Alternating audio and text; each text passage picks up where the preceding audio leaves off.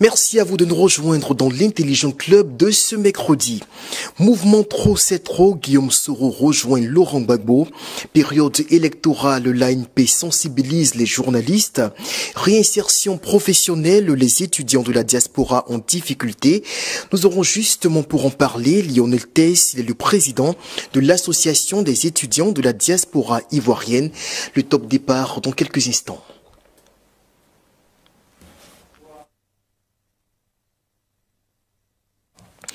Soro Djabiga, Jean-Richard Nguesson, bonsoir. Bonsoir Adji. Bonsoir Adji. On démarre tout de suite avec ce communiqué de GPS, le mouvement de Guillaume Soro, qui hier a officiellement rejoint le mouvement Trop c'est trop lancé par Laurent Gbagbo, qui, il y a cela quelques semaines, avait déjà été rejoint par le PDCI RDA de Cheikh Tidiane Cham dans le cadre du Front commun. Alors Jean-Richard Nguesson, quelle est votre analyse justement de cette décision de Guillaume Soro d'officialiser sa jonction avec le PPACI de Laurent Gbagbo? Vous savez, ce n'est pas une décision qui, ma foi, est surprenante. Le président Soro Guillaume reste dans sa même posture. Déjà dans le communiqué, on observe qu'il avait déjà répondu favorablement à l'appel de Benoît. Et on sait que Trop c'est trop s'inscrit dans la continuité de l'appel de Benoît qui vise à rassembler l'opposition ivoirienne. Et on sait aujourd'hui que Guillaume Soro a perdu la plupart de ses fidèles, des fidèles qui ont déchanté, qui ont abandonné le navire. On sait qu'il traverse des difficultés aussi. On sait que GPS a été dissous. Au regard de toutes ces situations, je pense que l'offre de Laurent Gbagbo s'apparente comme une offre alléchante pour GPS. Et je pense, pour ma part, qu'il n'avait d'autre choix que de s'aligner sur le mouvement Trop c'est trop. Soro Djabiga, quelle est votre lecture justement de ce ralliement qui, en quelque sorte, vient renforcer les rangs de l'opposition, notamment autour de la personne de l'ancien chef d'État ivoirien Laurent Gbagbo? C'est une initiative qui est salutaire. On ne va pas rappeler que Guillaume Soro a déjà passé 6 ans en exil et tous les revers que ses collaborateurs et lui-même ont pu essuyer depuis cette opposition, son opposition qu'il a affirmée avec le pouvoir en place, le régime RHDP. Et aujourd'hui, la matérialisation de cette convention-là, comme Jean-Richard l'a dit, est une réponse à l'appel de Benoît prolongé par le mouvement Trop c'est trop. Laurent Gbagbo l'a dit dans son appel. Quand il a créé le mouvement Trop c'est trop, c'était à l'endroit de tous ceux qui subissent un préjudice. C'était pour tous ceux qui, peut-être, ont vu leurs droits violés, ont vu leur salaire suspendu, ou toute autre personne encore qui se sent gênée par la présence de ce régime-là depuis plus de 15 ans. Et Guillaume Soro, dans son cas, est frappé par plusieurs sanctions, des mandats d'arrêt internationaux, des condamnations, la dissolution de son parti politique. Il a vu plusieurs collaborateurs emprisonnés, d'autres exilés également, d'autres ont perdu leur poste. D'autres ont vu leurs familles aujourd'hui vivre dans la misère par cette opposition aujourd'hui qui le met face au régime RHDP. Donc, en le faisant, il s'engage dans une lutte pour pouvoir combattre dans les règles de l'art, dans les règles de la démocratie, le régime RHDP. C'est une réponse face à cette guerre qui est enclenchée contre lui. Donc je pense que c'est une situation qui est normale. Comme on le dit en géostratégie, il faut éviter de poursuivre quelqu'un jusqu'à son dernier retranchement. Il devient un danger pour toi. C'est le cas de Guillaume Soro. Il n'a plus d'autre issue que de se battre. Même s'il était faible avant. De se battre démocratiquement. Démocratiquement, je l'ai dit. Même s'il était faible avant, aujourd'hui, il n'a plus le choix. Il se lance à l'eau. Et quand on parle de la bataille démocratique, ce sont les élections. Bien entendu. Aujourd'hui, pour parvenir à ces élections-là, il faut mener ce combat-là pour pouvoir amener le gouvernement, pour pouvoir contraindre le gouvernement à accéder à leurs demandes que nous répétons tout le temps ici. L'audit de la liste électorale, l'inclusivité de l'élection, la transparence de l'élection. Voilà autant d'éléments qui ont amené Guillaume Soro à se rapprocher du mouvement Trop c'est trop. Alors, ce qu'il faut noter, Jean-Richard, c'est que ce n'est pas la première fois que Guillaume Soro s'inscrit dans une dynamique unitaire de l'opposition, déjà en 2020. Lorsque le président Bédié, excusez-moi, était encore à la tête de l'opposition, il avait été pratiquement l'un des initiateurs de la réunification de l'opposition Et aujourd'hui, il reste avec Laurent Gbagbo. La question est de savoir certainement quelle place ou quel poids peut-il réellement avoir aux côtés de Tcham et de l'ancien président ivoirien. Oui, c'est la grosse interrogation parce que lorsqu'on regarde son parti politique, le parti politique en lui-même n'existe plus puisqu'il a été dissous il y a quelques années. Ce n'a jamais été un parti politique, c'est un mouvement politique. Le mouvement politique a été dissous. On se rappelle également que Guillaume Soro a été condamné par contumace, atteinte à la sûreté de l'État. Il est privé de ses droits civiques pour des faits qui lui sont reprochés, pour des faits qui remontent notamment en 2019.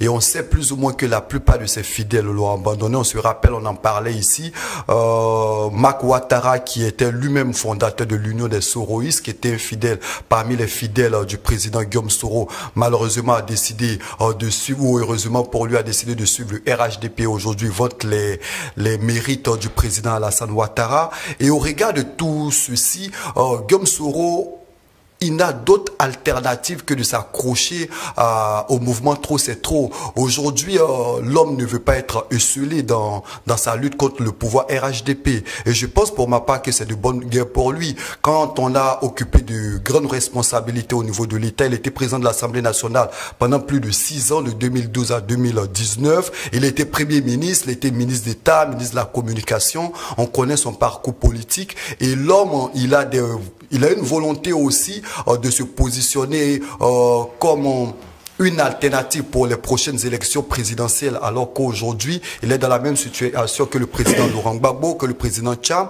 Donc aujourd'hui, ce sont des personnalités qui ont un même combat, donc il s'inscrit dans cette lutte-là. Maintenant, quel est le poids politique de l'homme aujourd'hui? C'est la grosse interrogation, parce que la plupart de ses fidèles ont... malheureusement pour lui, sont allés vers le RHDP. En tout cas, certaines grosses têtes, hein, pas la plupart. On a quand même Souto Soul, Souleymane Kamagaté, qui lui est resté loyal jusqu'aujourd'hui. On a également Afoussiata Bamba, qui est en exil avec lui aussi, depuis 2019, qui est toujours à ses côtés. Il y a quand même un certain nombre de partisans qui lui sont restés fidèles. Mais la plupart des partisans de GPS, au regard de la situation sociopolitique, la plupart des ici, cadres, la plupart des cadres se sont allés au RHDP. Non, je pense que, et malheureusement pour le mouvement aujourd'hui, le mouvement n'est que l'homme de lui-même, fort malheureusement. Alors, comment est-ce qu'il peut être perçu aujourd'hui, lui, Guillaume Soro, qui s'allie à Laurent Gbagbo, un homme qu'il a combattu durant au moins 8 ans avec la rébellion armée des forces nouvelles. Il est perçu par certains partisans, sinon par les caciques du camp Gbagbo, comme l'origine de la chute de leur leader du pouvoir. Est-ce qu'aujourd'hui, en s'accrochant à l'ancien chef d'État avec qui il a été longtemps en adversité, il peut avoir de la crédibilité dans le camp du Parti des peuples africains Côte d'Ivoire? Il n'y a pas d'alliance contre nature. Je peux vous ramener la même question. Comment le PDCI est perçu aujourd'hui en signant cette alliance avec le PPAC? Le PDCI qui faisait partie du RHDP, le RHDP qui a fortement combattu le régime Laurent Gbagbo, jusqu'à amener Laurent Gbagbo en exil, en prison. Sauf que dans le cas de Guillaume Soro, il a été celui qui a conduit la rébellion armée, qui a amputé justement Laurent Gbagbo de la moitié du territoire ivoirien durant pratiquement toute sa gouvernance. Je viens de le dire, il n'y a pas d'alliance contre nature. Et vous savez, en politique, il faut évoluer. Parce que les hommes politiques aujourd'hui se donnent une carrure, s'attribuent une image. Mais dans le fond, nul ne sait ce qu'ils sont réellement. Mais aujourd'hui, Laurent Gbagbo affiche une carrure d'un rassembleur, d'un homme aujourd'hui qui veut réunir l'opposition. Il a lancé l'appel de Benoît. D'aucuns se moqueraient de lui pour dire que l'appel de Benoît n'avait pas eu de réponse. Mais aujourd'hui, on voit des gens venir. Il n'a exclu personne. Lorsqu'il a lancé l'appel de Benoît, il a envoyé son fidèle collaborateur Danon Djedje vers toutes les chapelles politiques de l'opposition. À l'époque, c'est le GPS seul qui avait répondu. Aujourd'hui, Laurent Gbagbo a su se positionner au-dessus de toutes ces considérations. Il a su laisser tout ça derrière lui. Parce que selon lui, il y a un intérêt qui est très primordial, qui est très important, qu'il faut préserver, c'est la paix. Et cette paix-là, selon eux toujours, c'est d'aller à cette élection et chasser le régime RHDP du pouvoir. Donc je pense que Laurent Gbagbo a dépassé cette étape des rancunes et aujourd'hui il regarde de l'avant, il regarde l'élection présidentielle 2025, il regarde l'inclusivité de ces élections, la transparence de ces élections et je pense qu'il saura collaborer avec Guillaume Soro et tous les membres qui composent la CAPSI, notamment avec qui il a des problèmes également. Je pense que les choses vont aller de l'avant. Jean-Richard, Laurent Gbagbo qui campe quelque peu dans le rôle du président Bédié il y a de là 5 ans en arrière, lors de ce qu'on a appelé la désobéissance civile ou une sorte de résistance politique de l'opposition à la 3e mandature du président Ouattara. Aujourd'hui, il tente de fédérer autour de lui les grandes mouvances politiques de l'opposition ivoirienne. Est-ce qu'il peut incarner ce fédérateur que beaucoup pourraient espérer après la mort de Henri Konan Bédié? On attend de voir, C'est vrai que dans la communication du président Laurent Gbagbo, on a fustigé un certain nombre d'attitudes au regard du fait qu'il ne parlerait pas ou ne prononcerait pas le nom de certaines personnalités de l'opposition. Mais aujourd'hui, le président Laurent Gbagbo essaie, lorsqu'on observe tout cela, il essaie de se réinventer. Et au fil des années, quoi qu'on dise, c'est une personnalité qui a su rester, qui a su maintenir une certaine constance dans l'échiquier politique. On sait qu'il est présent depuis les années 70. Très peu aurait parié sur son retour. Il a été acquitté, il revient au pays en 2021. Et aujourd'hui, le PPACI est un parti qui, quoi qu'on dise, fonctionne assez bien. Il y a un certain nombre de cadres. Aujourd'hui, il a le mérite de lancer un mouvement. Le mouvement Trop c'est trop. Et le PDCI a décidé de marcher dans cette dynamique. Aujourd'hui, Guillaume Soro, on attend de voir est-ce qu'il va incarner cette posture. On attend de voir la position qu'il aura vis-à-vis de certains membres de la CAPSI. Je vais parler notamment de Charles Blé Goudé, je vais parler notamment de son ex-époux, je vais parler notamment d'Afi Nguessan. S'il réussit notamment à tirer ces personnalités-là qui étaient ses collaborateurs hier, dans sa gouvernance ou dans sa vision du mouvement Trop c'est trop, on pourra dire véritablement que le président Laurent Gbagbo a réussi quelque chose. Mais pour l'heure, il semble avoir une bonne entente avec Guillaume Soro qui a été son bourreau hier, mais il semble malheureusement ne pas parler à certaines personnes avec qui il était très proche il y a cela quelques années. Soro Djabiga, dans le communiqué de GPS, on peut lire ceci. Le mouvement, dans le cadre, bien sûr, du mouvement Trop c'est trop, GPS entend jouer le rôle historique qui est le sien, afin que la Côte d'Ivoire retourne aux valeurs fondamentales d'un état de droit, de souveraineté et de liberté. Un rôle historique aux côtés du PDCI, du PPACI et de d'autres composantes de l'opposition ivoirienne autour de Laurent Gbagbo.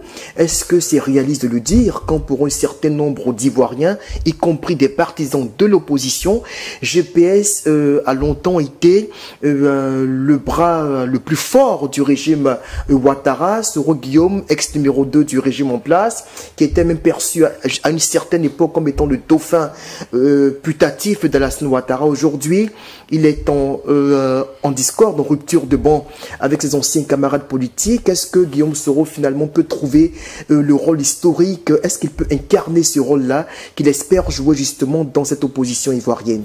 Vous savez, nous sommes à un tournant décisif, un tournant très important de la politique ivoirienne. La Côte d'Ivoire est en train de réécrire l'histoire de la Côte d'Ivoire, son histoire politique. Quand on voit un Laurent Gbagbo aujourd'hui, avec toute la stature qu'il a, aux côtés de Tidjane Thiam, et qui est rejoint par Guillaume Soro et qui sera peut-être rejoint les jours à venir par Simone et Charles Blé Goudé et autres. Il faut savoir qu'il y a un combat qui est important à mener aujourd'hui. Et Guillaume Soro veut s'imposer dans cette étape de l'histoire de la Côte d'Ivoire. Avec tous ces éléments qu'il dit, Guillaume Soro aujourd'hui veut lutter pour réinstaurer la démocratie en Côte d'Ivoire. Il a évoqué plusieurs éléments qui attestent, qui prouvent que la démocratie est bafouée aujourd'hui en Côte d'Ivoire, que les droits des Ivoiriens sont bafoués. Donc aujourd'hui, je ne pense pas qu'il recherche forcément le mérite de quoi que ce soit, mais il ressent ce besoin-là de restaurer d'abord son image. Nous sommes tous conscients aujourd'hui que Guillaume Soro a incarné un rôle très important dans la rébellion. Et aujourd'hui, il en était le leader. Il en était le leader. Et il vise principalement à blanchir son image, quoique ça lui colle. Quand on entend Guillaume Soro, on pense aux rebelles, à telle enseigne que ça a éludé son passage à la FECI. Son passage marquant à la tête de la FECI. Donc il a été le secrétaire général. Voilà, je pense qu'il pourra atteindre ses objectifs. Et tout se joue aussi dans le destin de l'homme. Guillaume Soro est un grand leader. Cela est indéniable. Quand il prend la parole, on sait un peu l'impact que cela pourrait avoir. Avant d'aller en exil, avant d'aller en Europe, nous avons vu sa dernière tournée qu'il a menée en Côte d'Ivoire, notamment à Katiola, à Korogo, un peu partout, à Ferké. On a vu l'impact que cela a suscité dans les médias au plan national et au plan international. Nous avons vu les sacrifices que Guillaume Soro a bien pu faire. Il a démissionné de l'Assemblée nationale. Il aurait pu rester et faire semblant. Ils sont rares ceux qui ont laissé ce poste-là pour pouvoir aller dans l'opposition et dénoncer des injustices. Donc je pense qu'aujourd'hui, les Ivoiriens commencent à voir la vraie valeur de l'homme et ils ne voient plus le rebelle qu'il était hier. Mais ils voient l'homme politique qui lutte pour le quotidien de l'Ivoirien, qui lutte pour les droits des Ivoiriens. Et je pense que c'est dans nous tous notre intérêt de le faire. Voilà. Jean-Richard, peut-être on va terminer avec cette question. Est-ce qu'aujourd'hui, Guillaume Soro a encore de la corpulence politique? De la corpulence politique? Vous savez, il est difficile de répondre à cette interrogation parce que depuis quelques années, l'homme est contraint un exil. Oui, depuis 2019, il n'est plus sur le terrain. Effectivement, et son parti, condamné par son mouvement contumace, est interdit d'exercer depuis juin 2021. Effectivement, officiellement dissous par la justice. Lorsqu'on est poursuivi par la justice, lorsqu'on est condamné pour atteinte à la sûreté de l'État, lorsque des fidèles ou des personnalités, des cadres de votre mouvement vous lâchent, lorsque il est difficile de cerner le poids politique de l'homme aujourd'hui parce qu'il n'y a pas non seulement de meeting, il communique via des communiqués. Donc aujourd'hui, il est véritablement difficile de cerner sa popularité. Et puis aujourd'hui, quel est son poids véritable au sein du mouvement Trop c'est trop? On attend de voir ce que les jours à venir vont nous donner. Mais n'empêche que Guillaume Soro, au regard de son histoire, de son parcours, reste une personnalité importante pour la Côte d'Ivoire. On attend de voir sa posture dans les semaines et mois à venir. Période électorale, l'autorité de la presse sensibilise les journalistes. Alors depuis quelques jours, Samba Koné, le patron de l'ANP, fait le tour des rédactions.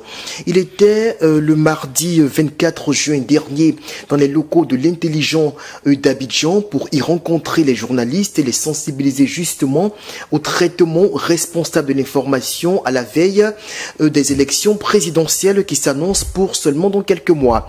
Alors Soro Djabiga, là la question que l'on se pose tout de suite, c'est de savoir quelle peut être l'importance de cette tournée quand on sait que l'actualité est aujourd'hui extrêmement tendue et la presse se retrouve quasiment au cœur de cette tension préélectorale. Cette tournée a tout son sens, notamment dans cette période préélectorale que nous connaissons tous, qui est assez tendue, comme vous l'avez dit.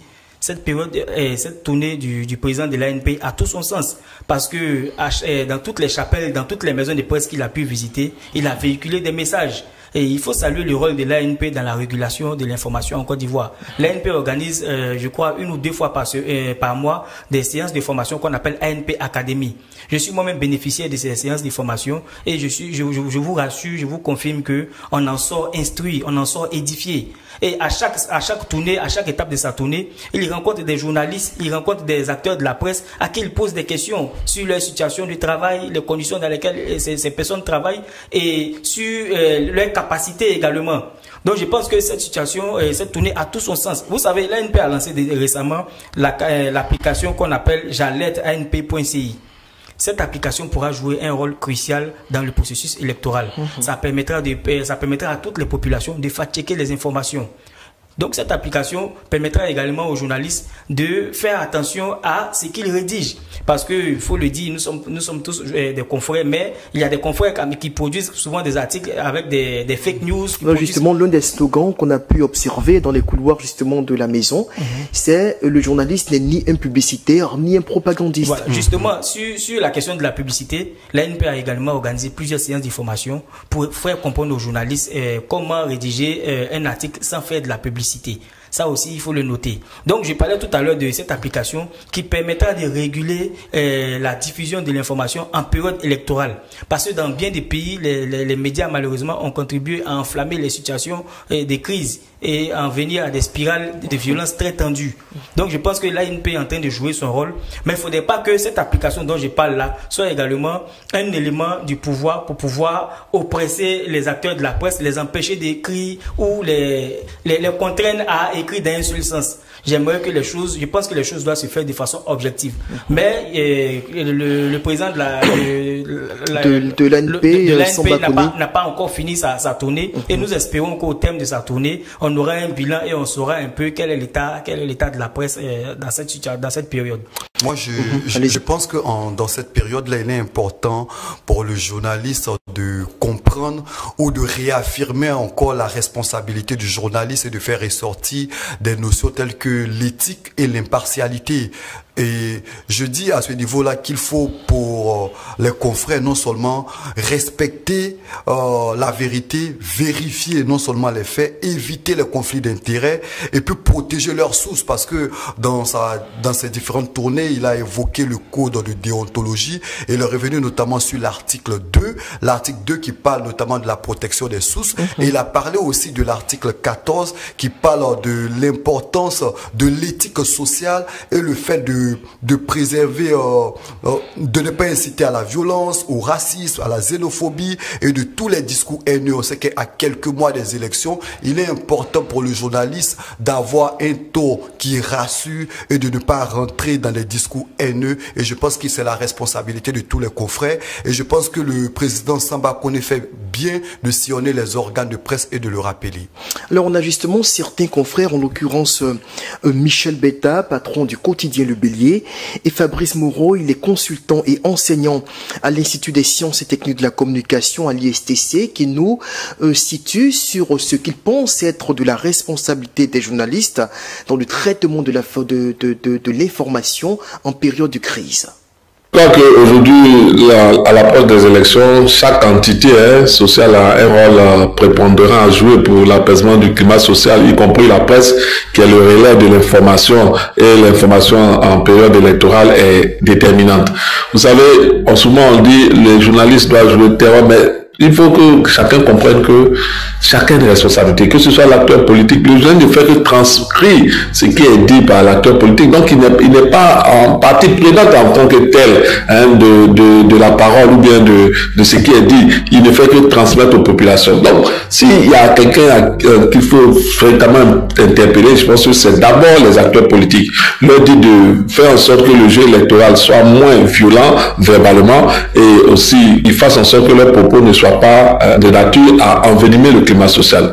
Mais le journaliste aussi, en tant qu'acteur, je dis professionnel des médias, ils ont reçu les formations nécessaires, ils savent qu'il y a de certaines informations, même si elles sont données à chaud, peuvent entraîner certaines dérives auprès des populations. Donc, ils ont des mesures à prendre. Mais je pense que ceux qui doivent être le plus interpellés, c'est pas les journalistes qui sont des professionnels, qui ont toujours maintenu la Côte d'Ivoire à un certain niveau en matière d'information, de pluralité d'information, mais c'est plutôt les acteurs politiques qu'il faut souvent interpeller pour leur dire que c'est vrai, vous avez des guerres entre vous, c'est vrai, vous avez des déshydratants entre vous, mais faites en sorte que les populations vous perçoivent mieux et un discours apaisant, comme disait notre papa à tous, feu le président Guy Robert, que le bon temps prévale dans l'arène politique pour que le journaliste puisse rendre compte de façon à ce qu'il puisse jouer pleinement son rôle en maîtrisant l'information, en ne donnant que ce qui peut faire avancer les populations et pour le bien-être de la démocratie. La responsabilité du journalisme avant les élections, à quelques mois des élections, disons. Bon, le journalisme a pour mission principale d'éclairer les citoyens pour qu'ils puissent voter en toute connaissance de cause. C'est le seul moyen de garantir que les citoyens puissent faire un choix éclairé et démocratique sans être vraiment manipulés par la désinformation ou par le biais des partisans, en tout cas, par le biais des partisans. Pour cela, il doit diffuser des informations neutres et équilibrées sans parti pris pour ou contre un candidat. Vérifier chaque fait et débusquer la désinformation pour éviter que les électeurs ne soient trompés. Présenter les enjeux et les programmes de manière claire afin que chacun prenne bien ce qu'il est en jeu, comprenne bien ce qui est en jeu. En clair, le journalisme est là pour garantir que le débat démocratique soit juste et que le vote des citoyens soit vraiment le reflet de leur choix, non d'une influence. Mais bon, même si après le journalisme est un citoyen qui a aussi des avis, des idées, mais compte tenu de la déontologie et de l'éthique du métier, on est obligé de prendre position en fonction du métier qu'on fait. En position d'être pro Côte d'Ivoire, pro Ivoirien, pro peuple, parce que c'est le métier qui nous demande. Vous savez, l'information n'a pas de couleur. L'information n'a pas de couleur, n'a pas d'origine, n'a pas d'idéologie. On passe juste l'information de l'émetteur au récepteur. Donc c'est au récepteur de juger. C'est pas à toi à émettre. Là, on vient d'écouter justement Michel Betta et Fabrice Moreau. Là, on a l'impression que les confrères exhortent à une forme d'impartialité dans le traitement de l'information, à de l'objectivité. Mais clairement, est-ce qu'il est possible de recadrer les journalistes quand on sait que les différents titres répondent de chapelle politique? Oui, vous posez une question pertinente. L'environnement médiatique en Côte d'Ivoire, pour être plus précis, le milieu de la presse en Côte d'Ivoire est assez compliqué. Parce que bien de journaux dans l'espace médiatique appartiennent à des chapelles politiques. Et quand c'est comme ça, il est difficile parfois d'être objectif dans le traitement de l'information. Souvent, on fait dans la communication sans le savoir. Et c'est un peu difficile. Et c'est en cela que... Sans le savoir, c'est peut-être un peu trop dit parce qu'on le fait sciemment. Bon, je ne vais pas les accuser, je ne sais pas. Non, mais de toute façon, il est clairement établi que même parmi les titres que Jean-Richard nous sort chaque jour dans sa revue de presse, chaque journal pratiquement a sa coloration politique. Effectivement, chaque journal on sait par exemple que tel ou tel journal appartient à tel ou tel bord politique. Alors c'est clair, ça au moins c'est indéniable et c'est factuel. Oui, c'est réel, mais j'aimerais dire que, comme je le disais tout à l'heure, c'est en cela que le rôle de l'ANP est important. Il faut continuer la sensibilisation, il faut continuer de contrôler, il faut continuer de réguler. Moi-même qui vous parle, j'ai reçu une convocation un jour de l'ANP par rapport à un article que j'avais rédigé. Et ça, depuis lors, cela m'a permis de rentrer dans les rangs. Tant qu'on continue d'exercer, on peut toujours se tromper. Il n'y a que celui qui n'exerce pas, qui ne se trompe pas. Et le rôle de l'ANP prend tout son sens dans ce contexte-là. Donc je pense que la question que vous posez est pertinente. Le milieu de la presse est compliqué.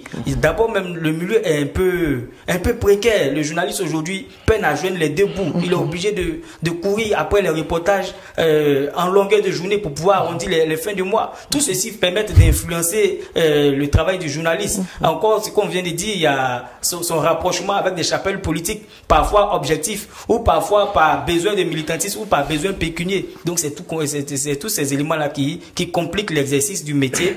Mais il faut reconnaître que le niveau des journalistes en Côte d'Ivoire est assez élevé. La presse se défend pas mal pour préserver la paix. Il faut le dire. Très bien, Jean-Michel Nguessan, vous allez parler tout à l'heure, mais il faut remarquer quand même, en fait, c'est dans la continuité de ce qu'on est en train de dire, c'est que la plupart des journaux sont motivés dans leur création par des convictions idéologiques ou partisanes. Malheureusement. J'ai un parti politique et ça a toujours été comme ça de tout temps, que ce soit même dans l'Hexagone. En France, on a des quotidiens comme Libération, l'Humanité qui répondent justement d'obédience idéologique. Alors dans ces conditions, est-ce qu'il est logique envers nous-mêmes d'appeler à une presse impartiale, à une presse objective dans les conditions que l'on sait? Après, le journaliste, comment est-ce qu'il se défend financièrement? Parce que quand il veut... Bon, on peut toujours rapporter simplement les faits. C'est vrai, c'est possible. Mais au-delà, on est conscient d'abord que celui qui nous embauche, il a des attentes du financement qu'il nous apporte. Alors à partir de là, de peur de perdre son emploi, son gagne-pain, mais qu'est-ce qu'on fait? C'est pourquoi j'apprécie l'intervention du président Saba Kone qui a parlé de la responsabilité du journaliste et qui a rappelé le code de déontologie. Parce qu'en tant que journaliste, on a un code, on a une ligne de conduite. Et c'est pourquoi il a dit qu'il faut faire attention aux discours et à retranscrire les discours haineux.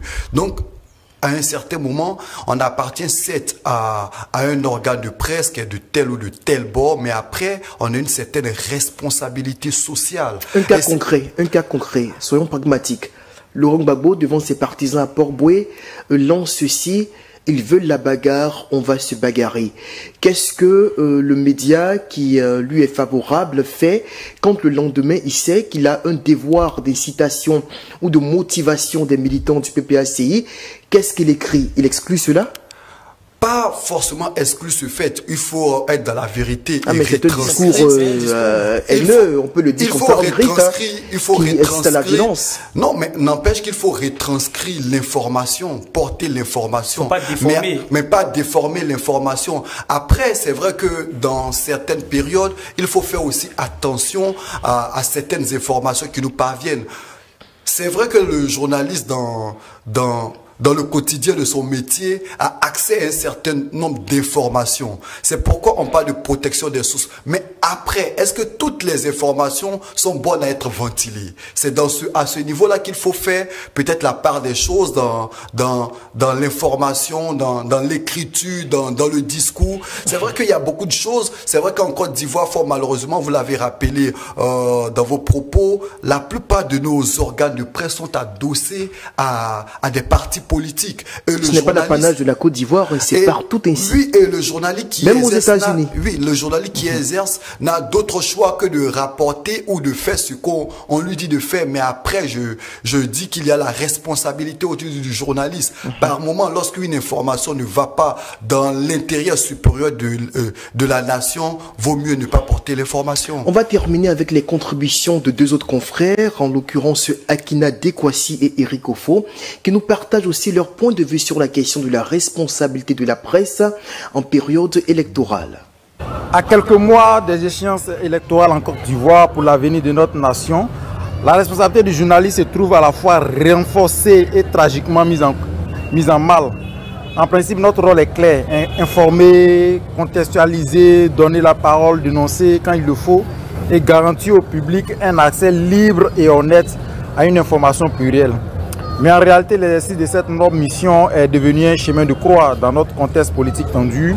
La liberté d'expression, souvent brandie comme un fondement de la démocratie, s'apparente de plus en plus à un leurre. Il suffit de rappeler le sort de certains citoyens intellectuels, analystes politiques, simples participants d'émissions qui, pour avoir exprimé une opinion ou une inquiétude sur un éventuel 4e mandat présidentiel ou sur l'exclusion flagrante de figures de l'opposition, se retrouvent aujourd'hui poursuivis pour des chefs d'accusation aussi graves que le terrorisme. Dans un tel climat, le journaliste devient la cible facile. Le message, selon le messager qu'on recherche à faire taire, rendre compte de ses réalités, faire entendre ses voix marginalisées, devient à jouer à la roulette judiciaire. Accusation d'atteinte à la sûreté de l'État, convocation, censure, suspension des médias, voire privation de liberté. Pourtant, c'est précisément dans ces moments de tension politique que le journaliste prend tout son sens. Mais désormais, nous devons faire preuve d'une prudence presque contre nature. Une prudence qui frôle parfois à l'autocensure, non pas par lâcheté, mais par lucidité. Il faut continuer à exercer pour protéger nos familles, pour éviter de faire taire définitivement nos médias. Faut-il le faire savoir ou bien faut-il se taire? Non, mais il faut parler. Parler avec stratégie, oui. Le journaliste aujourd'hui doit devenir l'équilibriste. Parfois, il faut garder la vérité au cœur de sa démarche, tout en évoluant dans un champ miné de lois floues et d'intentions répressives. Voilà, il faut redoubler de rigueur, de vérification et surtout de courage et d'intelligence. Je pense que la responsabilité du journaliste est grande. Encore plus à quelques mois des élections. En tant que professionnel de la communication, le journaliste doit avoir conscience de son rôle dans la société. Il doit faire preuve véritablement de sagesse et d'intelligence dans l'exercice de son métier. Il doit rédiger ses articles et donner ses informations selon les règles de l'éthique et de la déontologie. La plume du journaliste ne doit pas être un canon chargé. Il ne doit pas être un pyromane. Il ne doit pas non plus être celui qui met de l'huile sur le feu. Il faut éviter que les journalistes soient les bras armés des hommes politiques. Ce pays a assez souffert. Nous venons de très loin. Nous avons subi les affres de la guerre. Et par rapport à cela, le journaliste doit être conscient du rôle, n'est-ce pas, qu'il a joué dans la société, de manière à être modéré dans ses écrits pour éviter que ce pays ne sombre à nouveau. Car personne n'a intérêt à ce que la guerre éclate dans ce pays. Personne n'a intérêt à ce que la guerre n'éclate dans ce pays, y compris les journalistes eux-mêmes d'abord, Jean-Richard, n'est-ce pas? Effectivement. Mais parce qu'ils sont des citoyens lambda comme tout le monde, ils n'ont pas suffisamment de ressources ou de forces financières pour échapper aux différents conflits qui puissent éclater. Alors, tout de suite un mot, quand le confrère dit ceci, on n'a pas intérêt à être les bras armés des politiques. Par moment, il est difficile pour le confrère ou pour le journaliste de ne pas être le premier, puisqu'on l'a dit ici sur ce plateau, il travaille dans des organes de presse qui sont adossés à des partis politiques. C'est pourquoi j'apprécie énormément l'intervention aussi de Michel Betta, qui interpellait les hommes politiques quant à leurs responsabilités, quant à la courtoisie dans leurs propos ou de ne pas envenimer la situation. Parce que par moment, le journaliste relaie une information, donc d'où la responsabilité aussi des hommes politiques quand on est à quelques mois de ces élections et on sait que la situation est plus ou moins tendue. Troisième et dernier sujet de cette émission, réinsertion professionnelle, les étudiants de la diaspora en difficulté. Entre-temps, Lionel Tess, président de l'association des étudiants de la diaspora ivoirien, nous a rejoint sur ce plateau. Lionel Tess, bonsoir. Bonsoir. Alors, tout de suite, on vous demanderait, vous qui venez de l'étranger, quel est votre regard sur le marché du travail local en Côte d'Ivoire? Quelles sont les réalités auxquelles vous faites face une fois que vous rentrez d'abord personnellement? Quelle a été votre réalité? Bah, moi, ma réalité a été tout autant difficile que pour assez d'étudiants. D'abord, vous avez étudié où? Bah, j'ai d'abord fait mes études d'abord en Inde et juste après mon diplôme en Inde, je suis allé aussi au Canada. Très bien. Alors, quand vous êtes arrivé en Côte d'Ivoire, quelles sont les réalités auxquelles vous avez dû faire face? Bah, j'ai été vraiment, si on peut le dire, vraiment livré à moi-même. Donc, c'était vraiment par mes propres moyens, par mes propres forces que je devais peut-être essayer à m'insérer de ma manière. Et c'est toujours une lutte quotidienne. Donc, j'essaye vraiment de plus par mes propres réseaux, par mes propres manières, en tout cas, de pouvoir me frayer un chemin, qu'on peut le dire. Ça a été quoi la difficulté? C'est la formation de base ou c'est... Bah, c'est pas la non-reconnaissance de vos diplômes? C'était quoi la difficulté ou le salaire que vous demandez à différentes entreprises? C'était quoi la difficulté exactement? Je pense que c'était pas vraiment dans le volet de la non-reconnaissance. Moi, dans le système, j'ai eu vraiment la chance d'avoir vraiment toutes ces procédures-là déjà faites. Donc, j'avais pas vraiment de problème dans ce cadre. C'était vraiment plus aussi les opportunités qui ne s'alliaient pas peut-être aussi à mes exigences, si on peut le dire comme ça, mais aussi par rapport aussi à... C'était pas vraiment une question de salaire, c'est vraiment plus par rapport aux opportunités qui ne s'alliaient pas peut-être aux besoins, peut-être à ce que j'avais étudié, parce que moi j'ai quand même étudié une filière qui est quand même on peut dire basique, mais j'ai fait l'administration des affaires, mais la concentration est en affaires internationales, donc c'est vraiment plus un domaine qui n'est pas beaucoup vu ou peut-être mieux exploré ici, mais donc c'est vraiment un peu ça qui est un peu la difficulté de mon cas personnel. Donc, parmi les quelques difficultés que l'on note, en plus de la non-reconnaissance des diplômes étrangers auxquels certains sont confrontés, on a également l'adéquation entre les compétences acquises à l'étranger et les besoins du marché du travail ivoirien.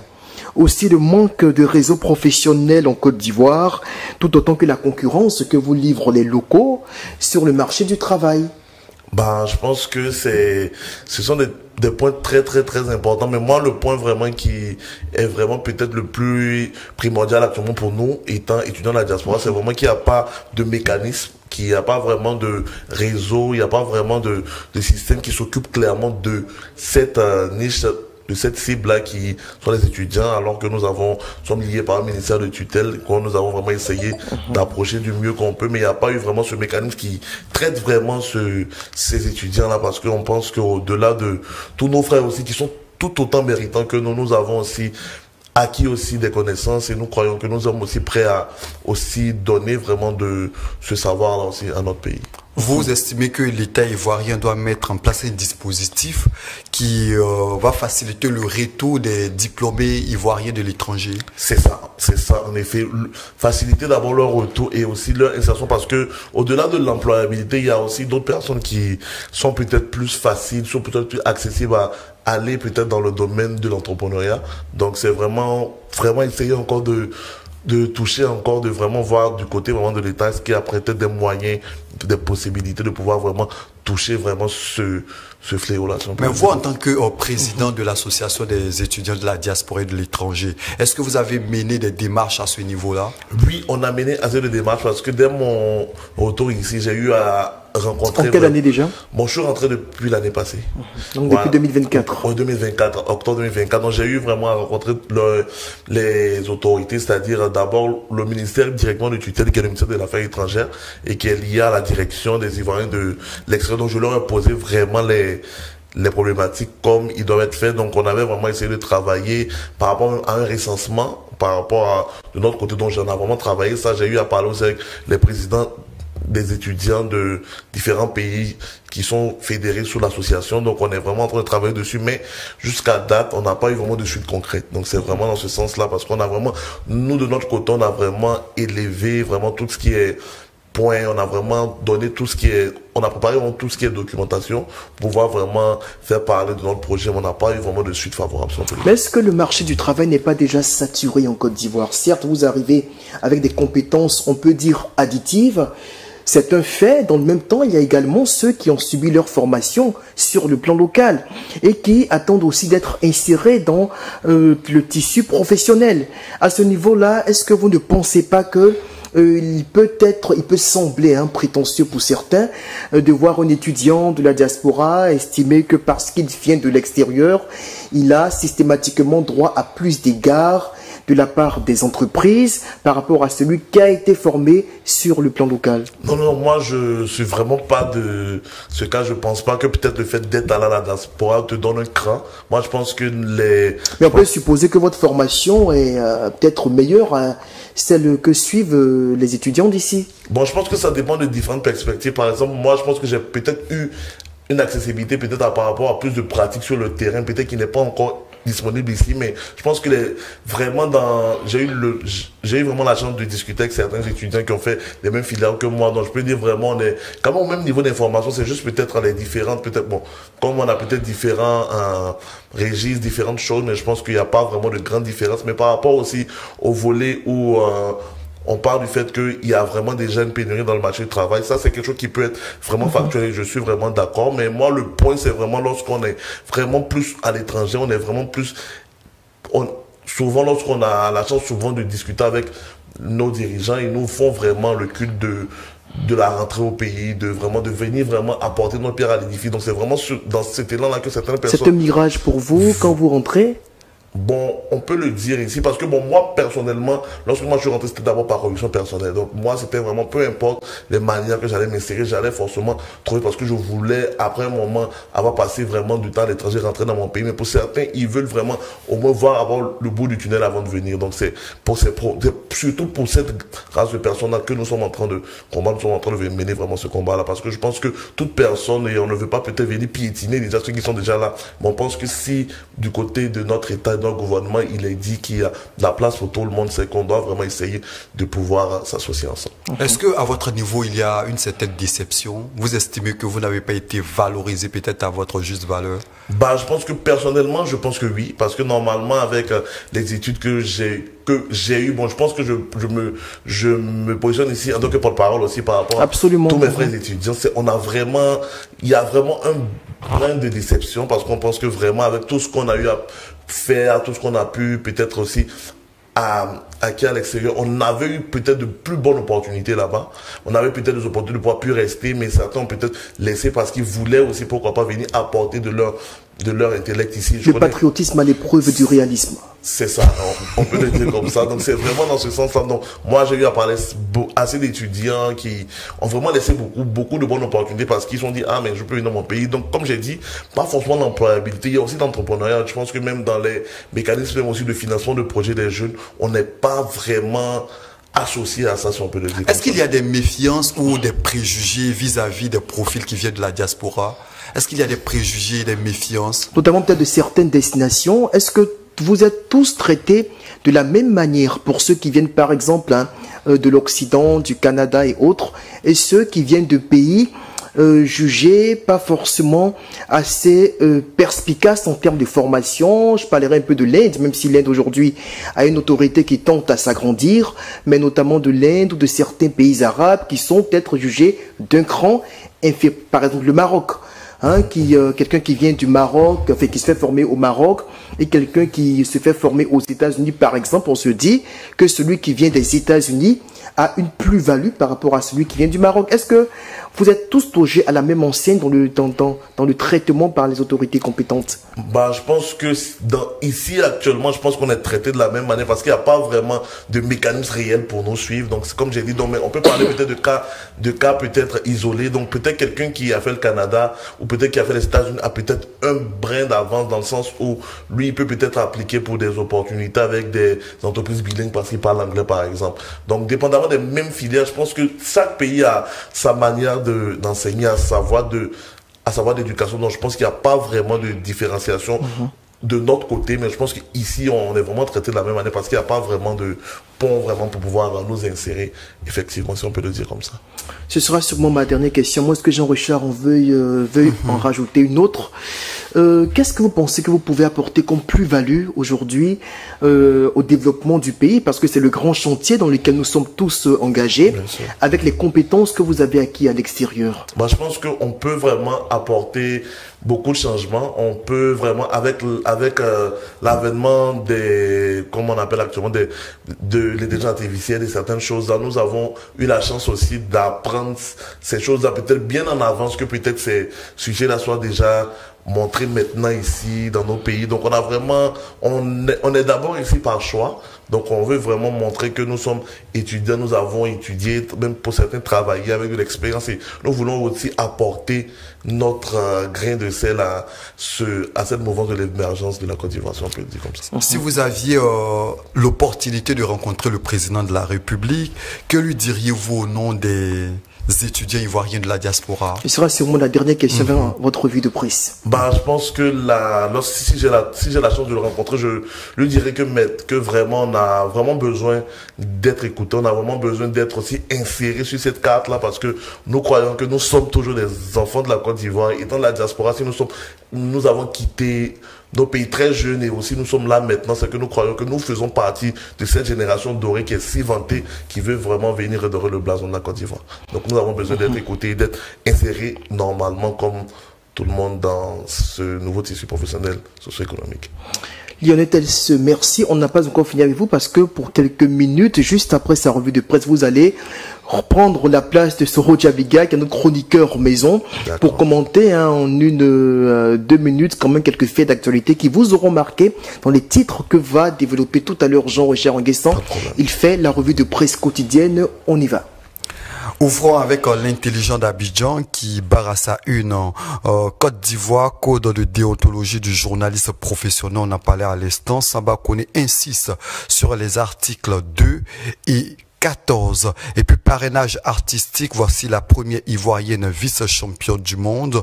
Et puis toujours en Côte d'Ivoire, le présidentiel 2025, Michel Thibouetien, qui est député ivoirien.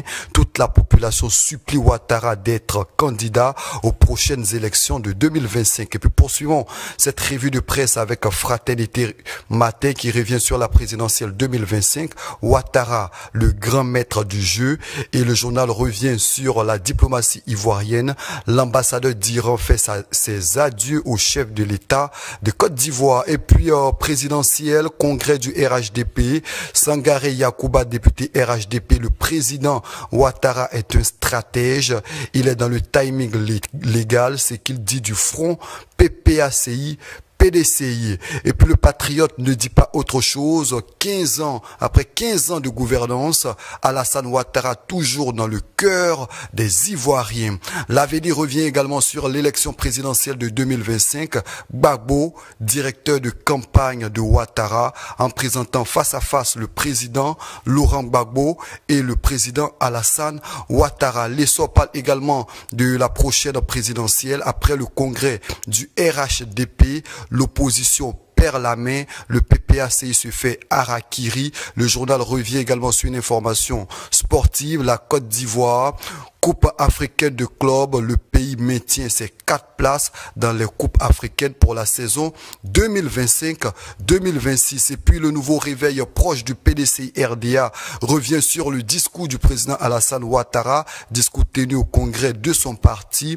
Le flou artistique et branle-bas au RHDP, le chef de l'État entre le matos de ses partisans chauffés à blanc et l'enclume de l'opposition vent debout. Et puis puis poursuivons avec l'héritage qui revient sur l'expérience et le métier au service du PDCI RDA de Noël Akossi Benjo et Barassa 1, traqué et persécuté et n'a jamais abandonné son parti. Comment l'ex-maire du plateau s'est sacrifié pour éviter l'implosion du PDCI RDA. Et puis poursuivons avec un autre quotidien proche du PDCI RDA, le Bélier, présidentiel ivoirien, le président Tcham face aux séquelles inoubliables du passé. Poursuivons cette revue de presse avec l'Inter qui parle également de l'information présidentielle en Côte d'Ivoire et Sangaré Yakuba qui présente le président Alassane Ouattara comme un fin stratège. Poursuivons avec le sursaut qui revient sur le congrès du RHDP. Guillaume Soro réagit. Le fameux « je vous ai compris » n'aura été qu'un sacrifice, qu'un artifice creux. Et puis justice, Boga Sako Gervais au cœur de graves accusations, ses avoirs bancaires saisis. Et puis le quotidien d'Abidjan revient sur la situation sociopolitique. Soro dit oui au mouvement, trop c'est trop. Et puis terminons cette revue de presse avec Allo Police. Les douanes saisissent 500 millions sur des passagers à Bundiali.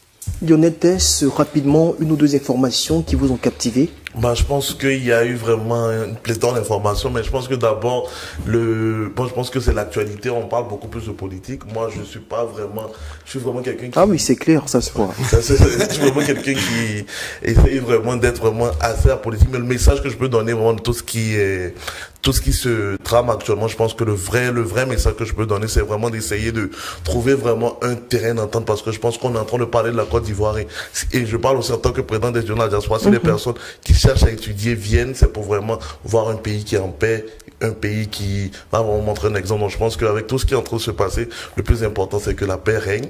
Et aussi en termes de sport, comme j'aime aussi beaucoup le football, donc je suis vraiment heureux de savoir que les équipes africaines ont consolidé encore leur place et je pense qu'il y a vraiment du potentiel en Afrique. Merci bien Lionel Tess, merci Jean-Rocher Nguessan, merci également à Soro Djabiga qui nous a quittés il y a cela quelques instants pour donc céder sa place à Lionel Tess. Et excusez-moi, petite chat à la gorge. Alors on va se quitter sur ces différentes informations et puis on se retrouve demain pour un autre numéro de l'Intelligent Club. D'ici à là, portez-vous bien, au revoir.